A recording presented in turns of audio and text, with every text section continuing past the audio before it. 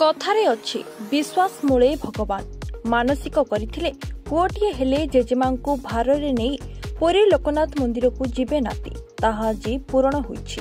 तेबे मानसिक रखिथिबा नाती आजी जेजेमा को भाररे कांधी कांधी कटक गड़गड़िया घाटी पानी उठाई पुरी लोकनाथ मंदिर अभिमुखे यात्रा करुछंती पूरा परिवार। दीर्घ 100 किलोमीटर यात्रा भी सामिल होइछंती उक्त 8 वर्षर फणनाती और बड़ नातुणी। पिपिली 23पुर ग्रामर अर्जुन स्वाई और तांको पत्नी मामिना स्वाई प्रथम झील पर पुओटिए से मानसिक करथिले। नाती अर्जुन तांको 70 वर्षीय जेजेमा को लोकनाथ मंदिर में पानी ढालिबे बोली मानसिक करथिले।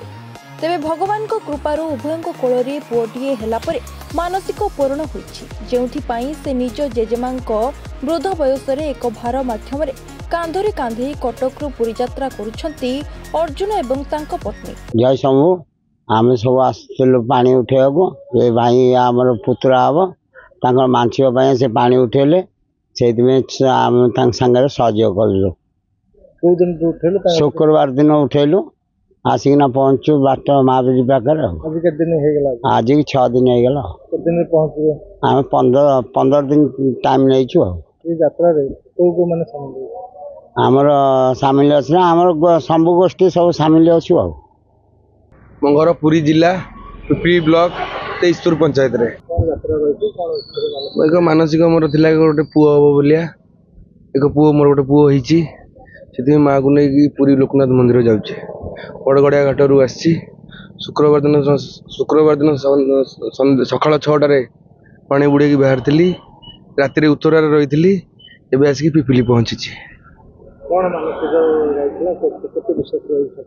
मानसिक थिला गोटे पुओ मोर पुओ पुओ मोर 8 वर्ष है से प्रभु लोकनाथ पुरी लोकनाथ पाक नहीं जाऊँ माँ को जल नहीं मो स्वामी मानसिक था झीटे है प्रथम द्वितीय पुओटे हाँपाई मानसिक कले पुओटे हेले आम जेजेमा को बड़गड़िया हाटरू नहीं पुरी लोकनाथ जावा बोलिका पुओ को 8 वर्ष हवा पर मत जनइले आम पुरी जा कटक घड़घड़िया पानी बुड़े पुरी जा बोलिका मो भावन चई मो ना घर 23पुर कौन मानसिक रही मानसिक रही नाती बह पर तार तो झीटी है से तो पुओ को आशा कला कहला मोर पुओटे हेले मु घड़घड़िया टू पानी देवी लोकनाथ ढाड़ी किंतु मो माँ को बाहर करके नेबी गोसी माँ